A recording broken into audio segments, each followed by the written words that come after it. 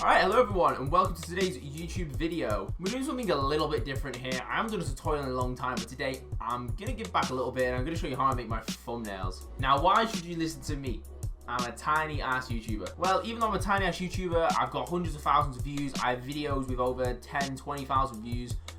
Even though I don't really have any subs because I've just made big colourful thumbnails. So I'm basically going to show you the formula, the sort of 5 or so step plan that I do for every single thumbnail. I'm going to show you exactly how I make the thumbnail for this video you're watching now. And yeah, we're going to do this in Photoshop, but you could apply all this to literally anything. I'm just going to show you how you make a thumbnail that looks good and stands out in like 5 minutes. Although I'm assuming this video is going to be longer than 5 minutes because I have to actually explain. But I'm going to cut the crap, okay? Let's just get into it. Okay, so to start off with, obviously you need to make a new file in whatever you're making this in. And you want the dimensions to be 1920 by 1080. This is standard stuff. If you don't make it in that quality, at least it's going to look kind of rubbish. Now, the first tip I'm going to give you before we even make the thumbnail is when you're looking at the thumbnail and when you're making it, make sure you're constantly zooming out.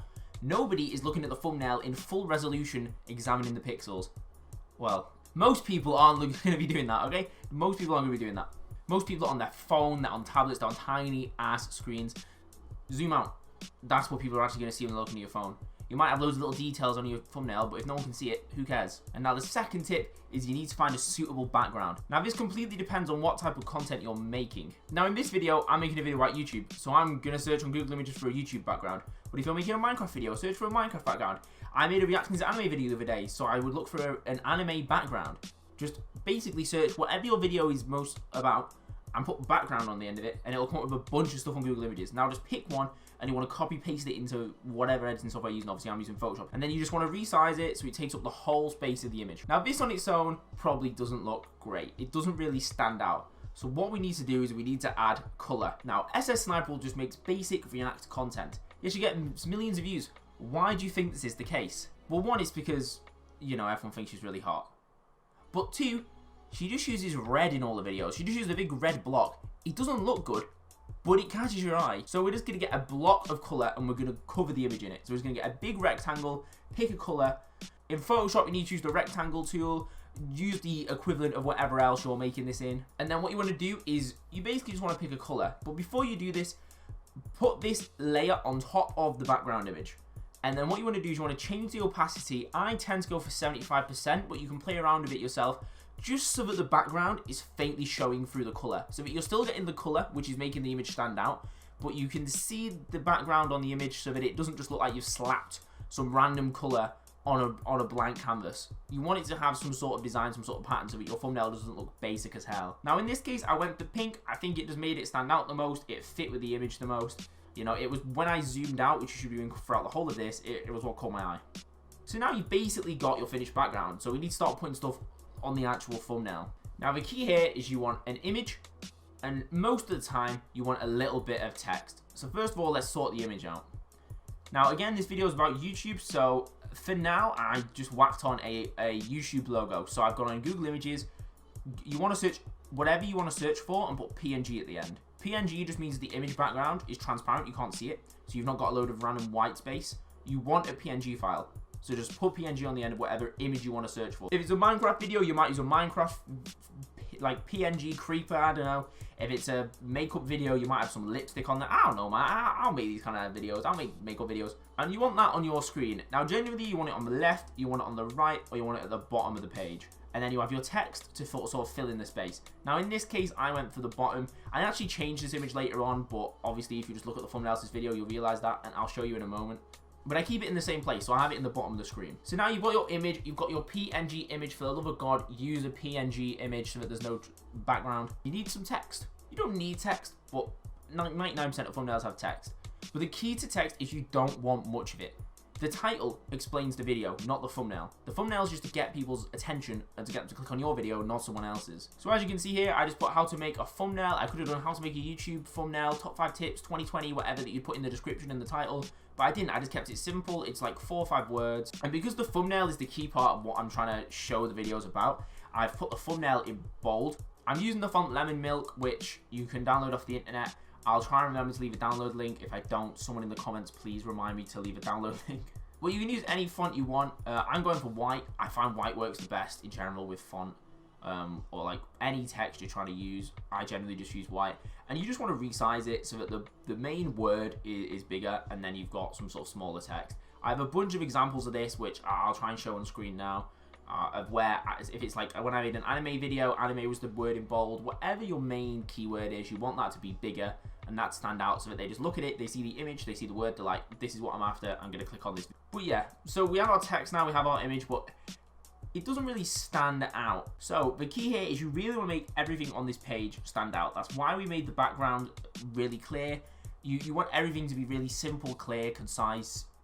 Just be able to take a quick glance at the thumbnail and know exactly what the video is about. So what we're going to do here is we're going to add a drop shadow. Now in Photoshop, you right click on what you want to use, you do blending options, I believe, and then you go to drop shadow and you want to enable that. Now my exact drop shadow I use is on the screen now. Basically, you use 100% opacity, you want it to be black. I have the distance as 8 pixels, the spread as 5%, and the size as 8 pixels. I leave everything else as default. You can play around with this, see what works best for you, but you generally want a black drop shadow.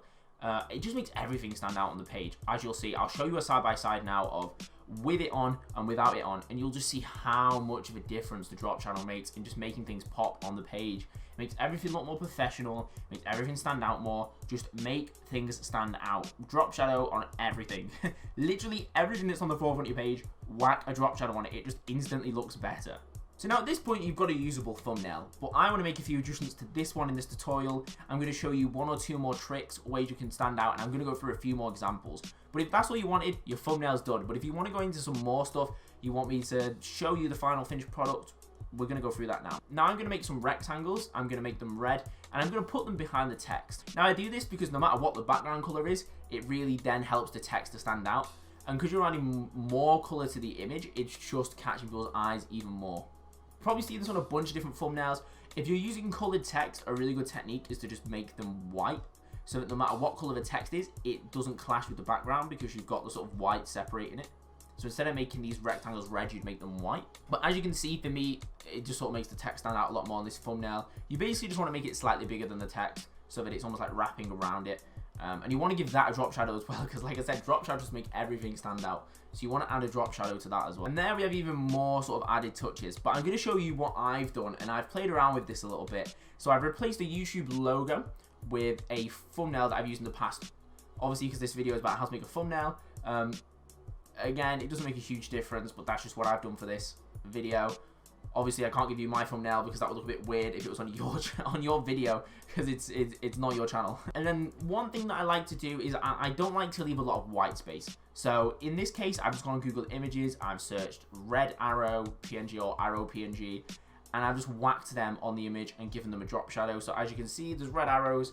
I know what it is about red arrows. Red arrows just make things stand out, and it just fills in the white space. Now I'll show you the thumbnail that I'm actually pointing at in this video as well, so that you can see sort of how I've used the same techniques on that. So as you can see, I've done the exact same thing. You've got your subject image, which in this case is my face, with a very weird reaction.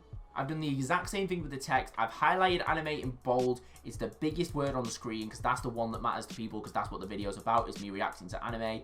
And then obviously put the big red block behind it because it really makes that text stand out. Everything's got a drop shadow on this image. As you can see, rather than using arrows, I filled the text with some like Japanese kanji writing or something, and put some like anime photos in the background.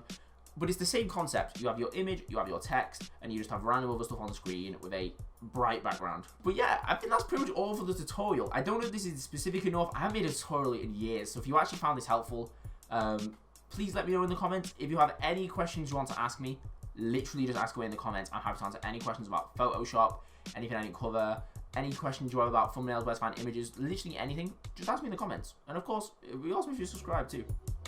But yeah, thank you so much for watching this video. You know, leave a like, subscribe, all that good stuff, and yeah, I'm looking at Dragon Song. Thank you all so much for watching. See you in the next one.